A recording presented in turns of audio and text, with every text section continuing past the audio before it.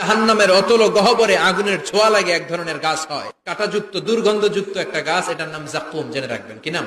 জাক্কুম। বিশ্বনবী বললেন তিরমিজির বর্ণনায়, জাক্কুমের একটা টুকরা যদি আল্লাহ দুনিয়াতে ফেলে, লা আফসাদাত মা আইশ, পুরো দুনিয়াটা দুর্গন্ধে সয়লাব হয়ে যাবে।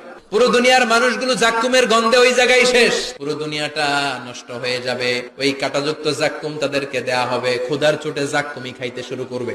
কাঁটাযুক্ত গরম দুর্গন্ধযুক্ত জাক্কুম গলার মাঝখানে কাঁটা বিঁধে যাবে, খেতেও পারবে না, গিলতেও পারবে না। এবার কয় পানি দাও। জাহান্নামীদের জন্য 4 ধরনের ঝর্ণা আছে। একটার নাম হলো হামিম, মানে ফুটন্ত গরম পানির ঝর্ণা। 2 নম্বরে হলো গাসসাক, মানে বমি। 3 নম্বরে হলো গিসলিন, দুর্গন্ধযুক্ত রক্ত আর পুষ। 4 নম্বরে হচ্ছে মোহল, পোড়া তেল, খা। জাক্কুম ফল গলায় আটকে যাবে, গলা চেপে ধরে বলবে পানি দাও। সামনে বিশাল বড় বড় পাত্র দিয়ে গাসসাক, দুর্গন্ধযুক্ত রক্ত, পুজ আর বমি, পোড়া তেল দেয়া হবে। দাউ দাউ করে এগুলো থেকে আগুন জ্বলবে। তৃষ্ণার চোটে এগুলোই খেতে চাইবে। এগুলোর পেয়ালা যখন মুখের সামনে আসবে, এগুলোর উত্তাপে গালের গোশত, চোখের গোশত, কপালের গোশত গুলো ঝলসে ঝলসে পানির মধ্যে পড়ে যাবে। তৃষ্ণার চোটে না পেড়ে ওইটাই গিলবে, যেখান দিয়ে বেরোবে কেটে ছিঁড়ে শেষ হয়ে যাবে। দিস ইজ জাহান্নাম। আমরা জাহান্নাম থেকে পানাহ চাই, চিল্লায় বলেন ঠিক কিনা?